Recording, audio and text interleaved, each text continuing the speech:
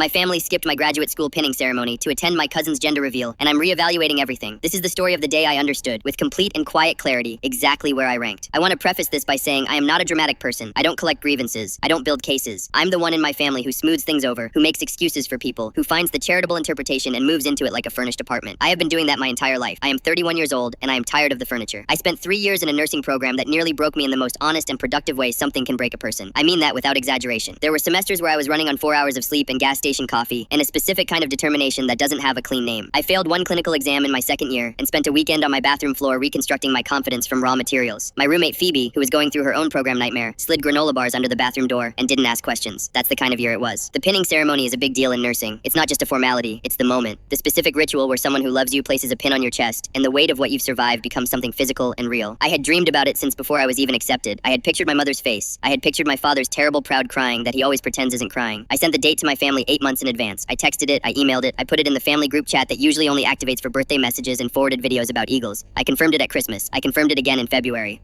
My cousin Brianna announced her gender reveal 3 weeks before my ceremony. She scheduled it for the same Saturday. Brianna is lovely. I want to be clear about that. This isn't about Brianna. Brianna did not know. She picked a date the way people pick dates, without a calendar that maps every commitment of every family member. I hold nothing against her. What I hold is this. My mother called me on a Wednesday night, 11 days before the ceremony, with the specific gentle voice she uses when she's about to say something she knows is wrong. Honey, you know we love you. But the gender reveal is the same day, and Aunt Patrice is really counting on everyone being there, and you know how she gets, and it's just, you understand these things. You've always been so understanding. I sat on my couch and listened to my mother explain, with genuine love and genuine obliviousness, why a balloon full of colored powder took precedence over 3 years of my life. My father didn't call at all. He texted. A single text that said, "So proud of you always, you know that." 11 words for 3 years. I did the math and it felt like something. My brother Joel showed up. I need to say that loudly and clearly. Joel drove 4 hours, sat in the front row, cried more than I did, and took me to dinner after where we split a bottle of wine, and he said simply, "That was messed up and I'm sorry on behalf of all of them." Joel has always been the one who shows up. I don't think I ever fully appreciated it until that night. The pin on my chest was placed by my clinical instructor, a woman named Dr. Waverly, who had watched me rebuild myself from that second-year exam and never let me quit. Her hands were steady, mine were shaking. The balloon at Brianna's reveal was blue, I found out later. A boy. Everyone screamed and clapped and posted it everywhere. I looked at the pin on my chest in the mirror that night for a long time. Nobody gave me a balloon, but I earned that pin in ways my family will never fully understand. And slowly, quietly, I'm realizing that their absence that day wasn't an accident of scheduling. It was information. I'm finally learning how to read it.